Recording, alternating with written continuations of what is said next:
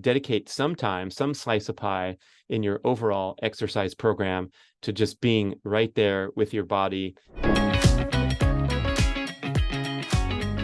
Did you know that athletes not only regulate their physical body, but they're also expert at self-regulating their brain activity? There was a study, and it used which kind of athletes? Triathletes. Hey, I'd rather be a triathlete than an athlete who doesn't try. Now, I'm no longer a triathlete. I was one for a long time, so this was amusing to get sent this study and some very interesting conclusions. So I'm just going to briefly summarize the study. And while they studied specifically a group of 26 triathletes along with 25 non-athletes were the control group, I would assume that the research results apply to any type of devoted athlete, not necessarily having to go and swim and bike and run. And for you triathletes listening, you can pat yourselves on the back and gloat a little bit, but I will caution you to be safe out there when you're bike riding on the road. I'd rather see you biking on a bike trail, or perhaps doing the vast majority of your biking on the dirt, on mountain biking, and staying away from those cars. It's just so dangerous out there on the road today. That's my public service announcement for all triathletes, especially those riding in the unsafe but highly aerodynamic drop bar position. So this is a study published in the journal Biological Psychology, uncovering differences in brain structure among athletes and non-athletes. Regular exercise has been found to improve cognitive control and enhance cognitive processes such as inhibition, attention, and concentration are believed to help regular exercisers self-regulate their physical activity, and they also have a competitive advantage from regulating both physical as well as brain activity. So they might be more skilled at discriminating their inner biological signals, since they tend to be in tune with their physiological signals. Secondly, athletes may be skilled at altering these signals in the desired direction, since exercise is associated with high executive function and self-regulation.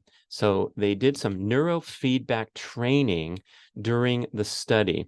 This is where a person's brain activity is recorded, processed by a computer, presented back to them, and then the participant is asked to change their brain activity in a desired way. So we had 26 triathletes, 25 control, and within these groups, half of the people participated in a session of sensory motor rhythm upregulation neurofeedback training, SMR neurofeedback training, while the others participated in a sham training. And then in the real training, the participants received actual feedback on their sensory motor activity. During the sham training, the participants were shown feedback from another subject. So they're saying, hey, here's how your brain works. And they were goofing it with half the people and then actually showing with the other people. The results revealed that both the triathletes and the non-athletes who received the real training increased their SMR power across the training sessions. Interestingly, the triathletes outperformed the non-athletes during the second half of the training, showing a linear increase in SMR power, while the non-athletes did not. So I guess they were able to concentrate longer than the non-athletes during the training. The authors said triathletes were able to self-regulate their brain activity in a desired direction over a longer time period compared to the control group. Wow.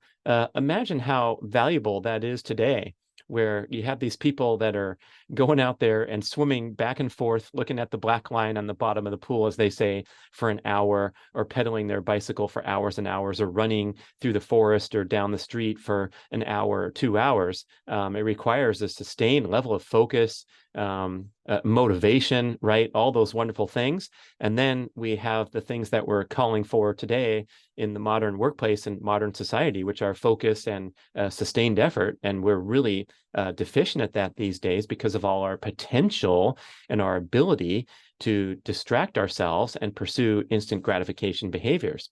So the non-athletes were able to self-regulate their brain activity for the first 7 runs of the training, but it appeared they were unable to maintain the mental state necessary for the final 3 runs. They crapped out and the triathletes stayed strong.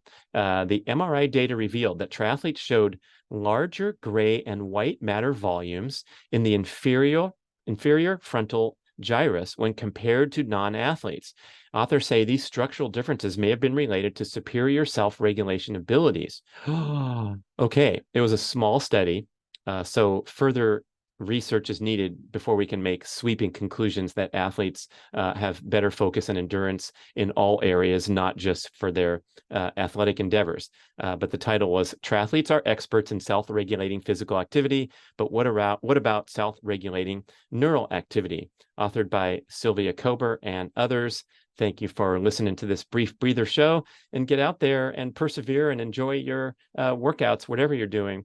And I know workouts is a great time to listen to music or perhaps even listen to podcasts. But I think when you're doing something that's challenging, that requires a lot of focus, such as hitting golf balls on the practice range for me, or when I'm doing my sprinting and jumping exercises, the high intensity stuff, I'm certainly not listening to programming. I'm completely focused and concentrating on what I'm doing at the moment. But hey, if I'm out there jogging or pedaling my bicycle at a comfortable pace for a recovery day for some low-level cardiovascular activity, of course, I can enjoy the music or the podcast. So go ahead and enjoy your tunes or whatever's in your ear during your workout, but dedicate some time, some slice of pie in your overall exercise program to just being right there with your body and, sensing your muscles working and your heart and lungs working.